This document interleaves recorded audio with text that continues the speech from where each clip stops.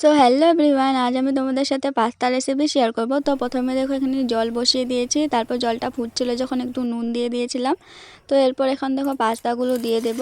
তো পাস্তাগুলো যতক্ষণে বয়েল হচ্ছে ততক্ষণ আমি এখানে সবজিটাও কেটে নেব।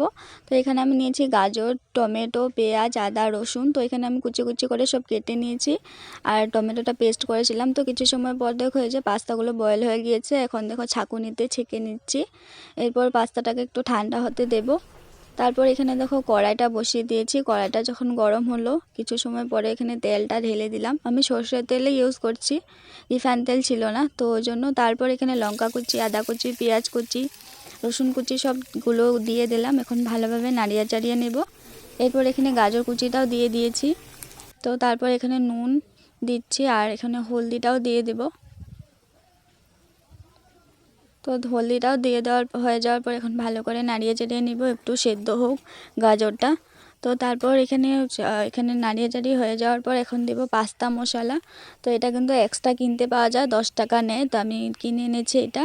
তো পাস্তা মশলাটা দিলে অনেকটা ভালো লাগে খেতে। তো তারপর আমি মানে অনেকটা বেশি পরিমাণে দিয়ে দিয়েছিলাম, যেহেতু আমার ভালো লাগে খেতে। তো তারপর এখানে নাড়িয়ে চাড়িয়ে নেওয়ার পর এখানে দেখো হচ্ছে।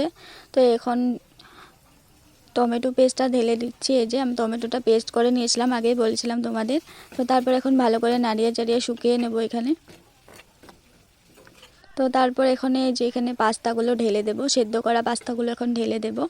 তো তারপর ভালো করে এখানে মিক্স করে নেব। তোমরা এভাবে খেয়ে দেখবে, অনেকটা ভালো লাগে খেতে। ইজি রেসিপি, অনেকটা কম সময় লাগে, আর এতটাও মানে হেভি বস্তুও চাই না, কিছু পরিমাণে বস্তুতেই হয়ে যায়। তো এখানে আমার পাস্তা এই যে দেখো এখন রেডি হয়ে গেছে। এইভাবে কোনো সময় বাড়িতে বানিয়ে বানিয়ে খাবে, অনেকটা টেস্টি হয় খেতে। তো শর্টকাট এটা, তো সিম্পল রেসিপি। তো এই ধরনের রেসিপি তোমাদের যদি চাই তাহলে আমাকে কমেন্টে বলবে। আর আজকের ভিডিওটি আমি এখানে শেয়ার করছি। ভালো লাগলে লাইক, কমেন্ট, সাবস্ক্রাইব করো। বাই।